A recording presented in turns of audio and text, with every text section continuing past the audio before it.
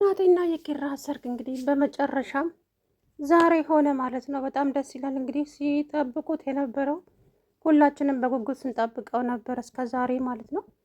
ምክንያቱም በሰላም ያልፍ ይሆን አያልፍም ወይ የሚል ነገር እንግዲህ አስደሳችም አሳዛኝም ዜና ነው የዛሬው። እንግዲህ ሰርግና ሞት አንድ ነው የሚባለው ነገር እንግዲህ ጽናትና አባቷ በጣም ተላቀሱ ማለት ነው። አባዬ ዛሬ የደስታዬ ቀን ነው፣ ስለዚህ ማልቀስ አልፈልግም እባክህን አባቴ አለችው ማለት ነው። እሷም አይ አላለቅስም የኔ ልጅ አላለቅስም አለ አይደለህ ደስታው ነው እንጂ እንደዛ ላለቅስ ፈልጌ አይደለም የኔ ልጅ፣ ዛሬማ የደስታሽ ቀን ነው፣ የኔም የደስታዬ ቀን ነው፣ ልጄ አለሜን ያሳየችኝ ቀን ነው እያሉ እንግዲህ ዛሬ እውነት በጣም ነው ደስ የሚሉት።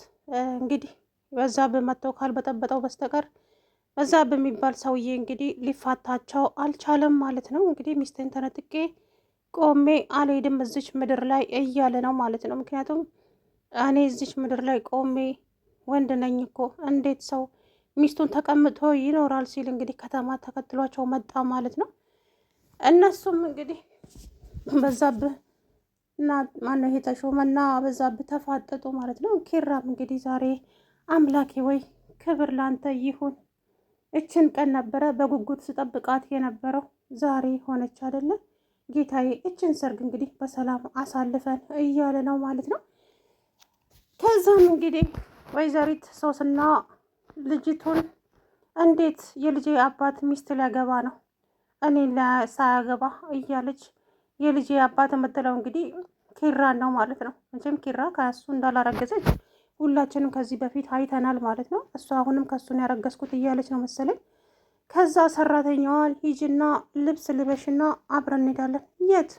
ሰርግ ነዋ። አረ እኔማ ቤቱን ለማንጥቼ እሄዳለሁኝ፣ አንቺ ሂጂ እንጂ ስለ ቤቱ አይመለከተኝም፣ ግን ግዴታ ሰርጉ ላይ መገኘት አለብሽ፣ ያስቀመጥኩልሽን ልብስ ለብሰሽ መሄድ አለብሽ አለቻት። ልጅቱም ደግሞ አይ እንደዛማ አይሆንም አለቻት።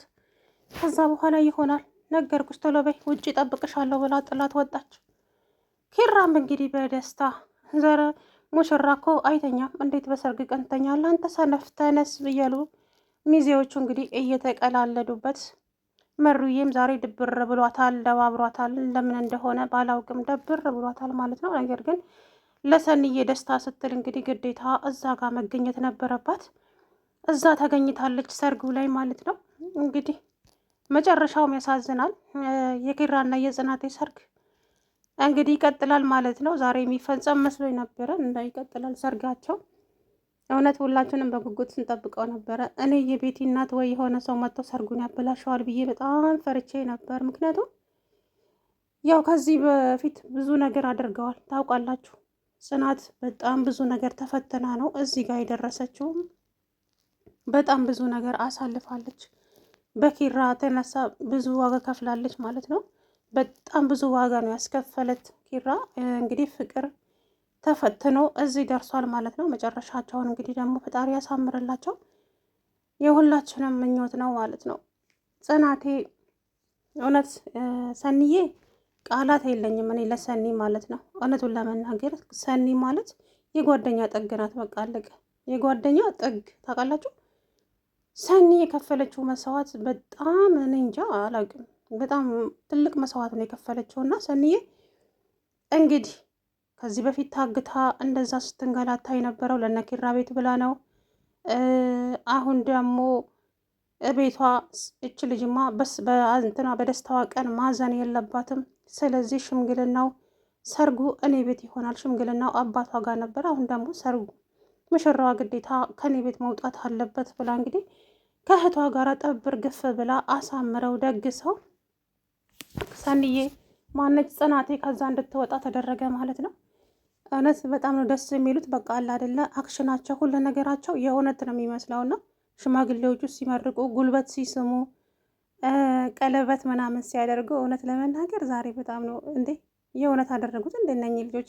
ግን አሁን ከዚህ ከካሜራ ጀርባ ግን ይሄንን ነገር ሲያዩ ምን ይሰማቸው ይሆን እላለሁ ማለት ነው። እና እውነት ለመናገር በጣም ነው ደስ የሚለው በጣም ማለት ነው። ምክንያቱም የእውነት ነው የሚመስለው የዛሬው ሰርግማ ሚዜዎቹ ጉልበት ሲስሙ ምናምን ሙሽሮቹ እንደዛ እኔ እንጃ ብቻ የሆነ ለየት ያለ ስሜት አረ ዛሬ ምሳ ግብዣው ሁሉ እኮ አለ እናቴ። ምን ያልተደገሰ ነገር አለ? ዛሬማ በጣም ደስ የሚል ነው። ዛሬ ይፈጸማል ብዬ ነበረ፣ ነገር ግን ይቀጥላል ብለዋል። በጣም ነው ደስ የሚለው እውነት ለመናገር እና ጽናትና ኪራ እንግዲህ የእውነት የሚያደርግላችሁ ሰርጋችሁ የእውነት ቢሆን ደስ ይለናል። ሰላም ውድና የተከበራችሁ የቻናል ቤተሰቦች እንዴት ናችሁ? ደህና ናችሁ ወይ? አለው ደህና ነኝ።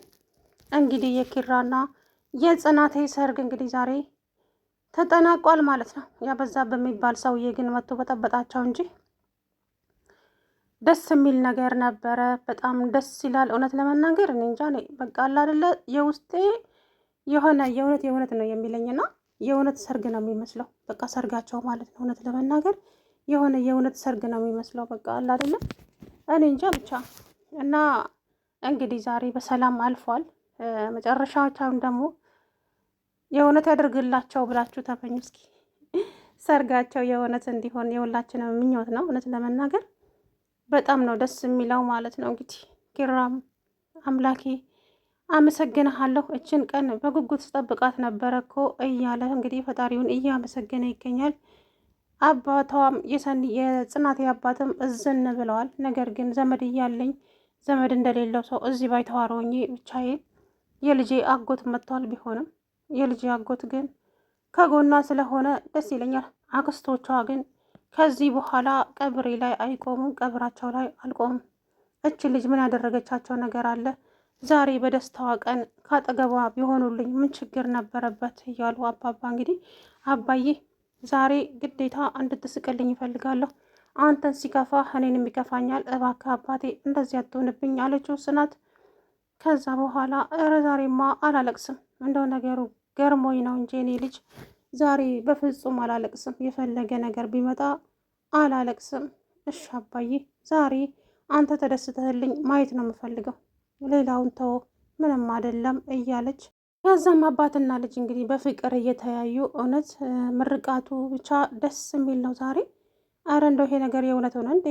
ከካሜራ ጀርባ ግን ይህን ቪዲዮ ሲያዩት ምን ይሰማቸው ይሆን? ይሄን ሰርግ የእውነት እናደርገው እንዴ ጽናት ይላት ይሆን እንዴ? ላለው የምር የኔ ሞኝነት ደግሞ ይጣለውና የእውነት በቃ አይደለ ደስታቸው ሚዜዎቹ ያላቸው ፈገግታ ያላቸው ደስታ በጣም ደስ የሚል ነውና እንግዲህ ፈጣሪ ደግሞ የእውነት ያደርግላችሁ ብዬ ሁለቱም ጓደኛ የላቸውም ፍቅረኛ የለንም ተባብለዋል መቼም በራሳቸው ቻናልና ኪራም ለእንደዚህ አይነት ነገር ዝግጁ አይደለውም ብሏል። ጽናቴም ደግሞ ገና ነኝ አላደኩም 18 ዓመት አልሞላኝም ለማፍቀር ብላለች። ስለዚህ ኪራና ጽናቴ ግዴታ ቢፋቀሩ በጣም ነው ደስ የሚለው። እውነቱን እንትን ለመናገር ጽናትና ኪራ የእውነት ቢጋቡ በጣም ነው ማች የሚያደርጉት፣ በጣም ነው የሚያምሩት። በቃ አንድ ላይ ይሄዳሉ ማለት ነውና ምናልባትም ዛሬ የለቀቃችሁትን ቪዲዮ ወደ ኋላ ገብታችሁ ታዩታላችሁ፣ እርግጠኛም ነኝ ደግሞ።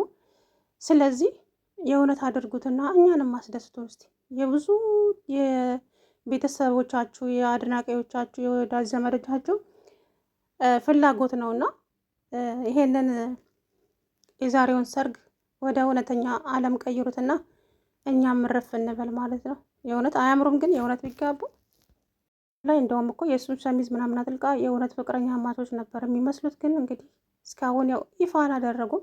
ሀይሚና ብሩኬም ራሱ ጓደኛ አማቾች ነን አብረን ነው የምንሰራው እያሉ አልነበረ?